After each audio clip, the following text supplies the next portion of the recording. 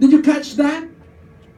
The fruitful, the profitable, the beneficial thing, the one that will benefit the most is whom?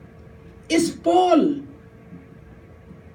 If Paul was to live, yes, he is to live for the glory of God, yet at the same time, serving God benefits him the most. Paul is consumed by God. He promotes God. His agenda is all about Christ, proclaiming Christ. And it does not matter if he lives or dies. But he realizes that as he serves Christ, the one that benefits the most is not Christ, but him. Right?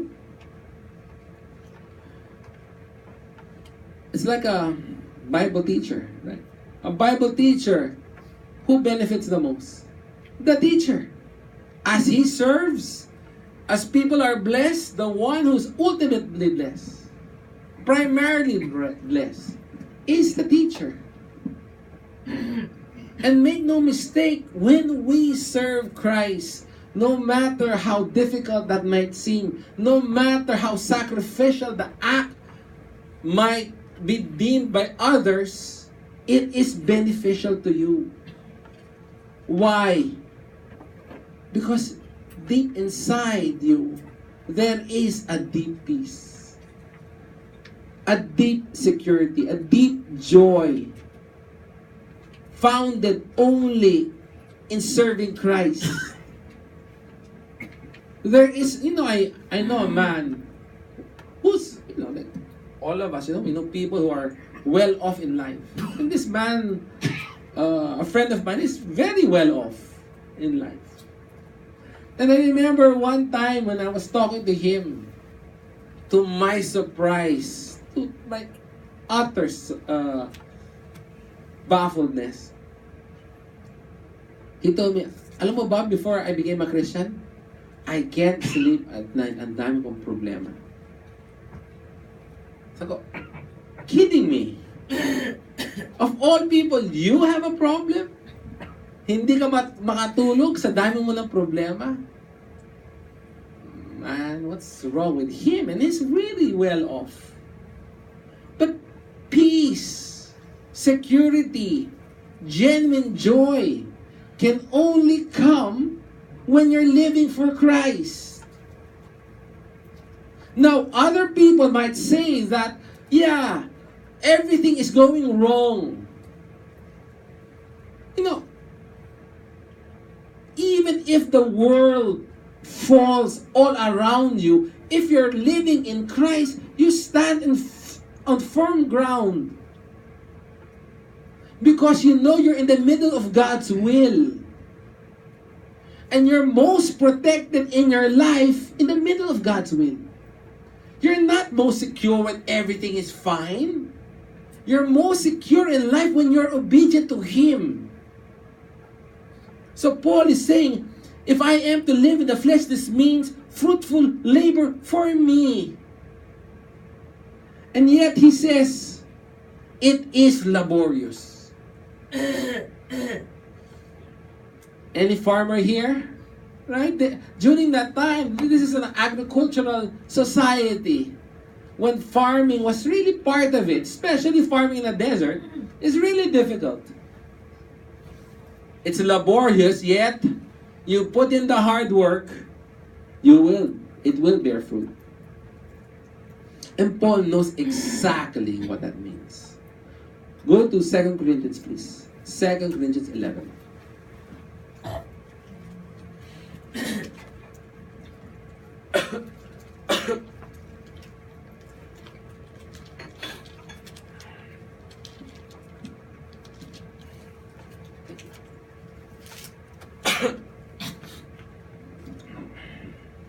Second Corinthians 11, verse 23. It says, Are they servants of Christ? If I may paraphrase it. Are they living for Christ? I speak as if insane. I more so. I live for Christ more so. In far more labors, in far more imprisonment, beaten times without numbers, often in danger of death. 5 times I have received from the Jews 39 lashes. 3 times I was beaten with rods. Once I was stoned. 3 times I was shipwrecked. At night and day I have spent in the deep.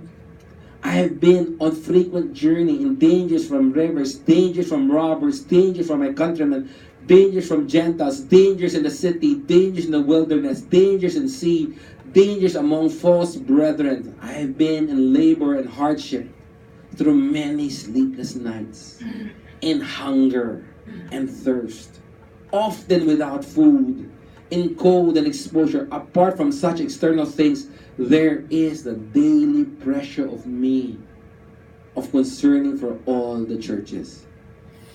Who is weak without my being weak? Who is led into sin without my intense concern? I have lived for Christ, and this is what it has cost me. It is laborious. It ain't a walk in the park. Often he was hungry. He was not hungry. All of this was because he is a servant of Christ. This did not happen because he was just an irresponsible, obnoxious Jew. This happened because I am a servant of Christ. I am living for Christ. And Paul knew the implication of what that means. Go to 2 Corinthians chapter 1, please.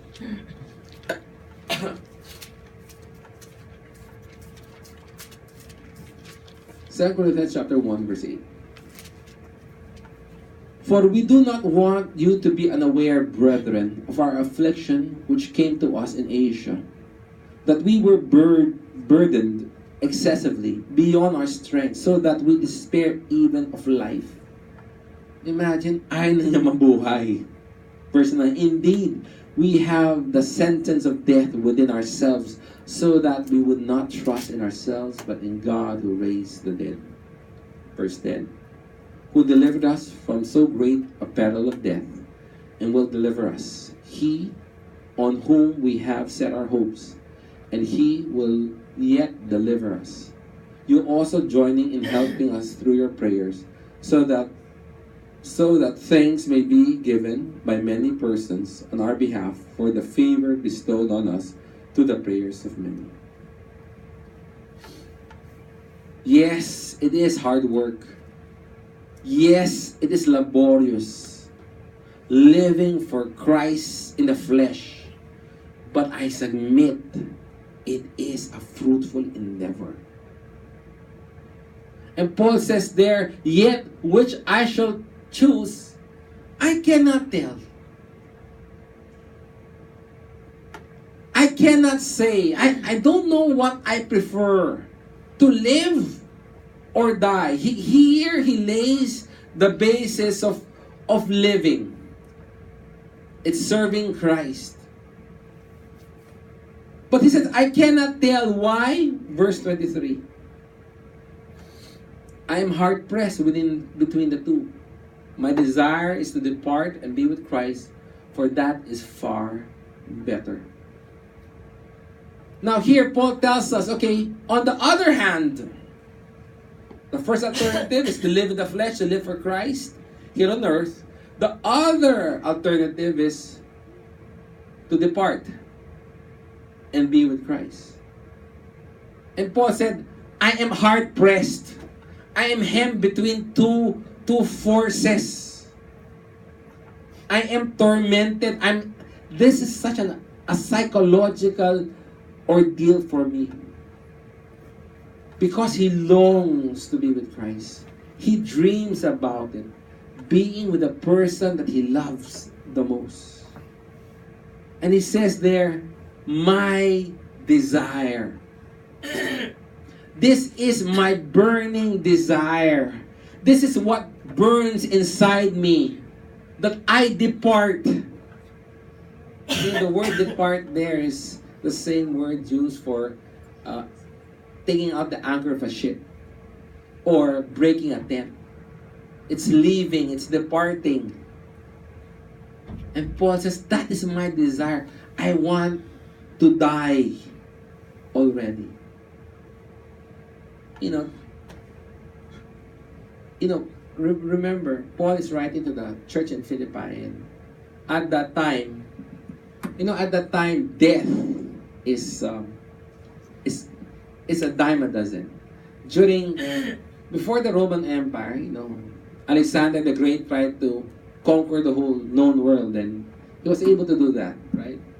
And one of the things that he did was he Hellenified them. He wanted to Greekify. Everybody would speak Greek, have the culture of Greek, the language of Greek, and that was well and good. But one of the problems of the empire of Alexander the Great was that there was always fighting. It's not safe. When the Roman Empire came, one of the best things that they did was they were able to have peace in the whole empire. In fact, I was just telling my wife, the gospel was spread primarily because there was peace in the sea. Before the Roman Empire, you couldn't trade because when you try to trade and ride your boat, there are a lot of pirates. So people could not trade. But when the Roman Empire came, there was peace. So trading commercial trading became very progressive. The thing is, we know the Jews are negotiante. So they would ride their boats, they would go to different parts of the world, and they would do business and share the gospel. That is how the gospel burst. Not through real missionaries, yes, but it's through the businessman who was going all around the world doing business, and while they do business, they share the gospel. But the peace of the Roman Empire came at a price.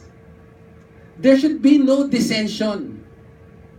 That's why may konting kudeta, may konting kaguluhan, they put people to death. In fact, when Jesus Christ was a teenager,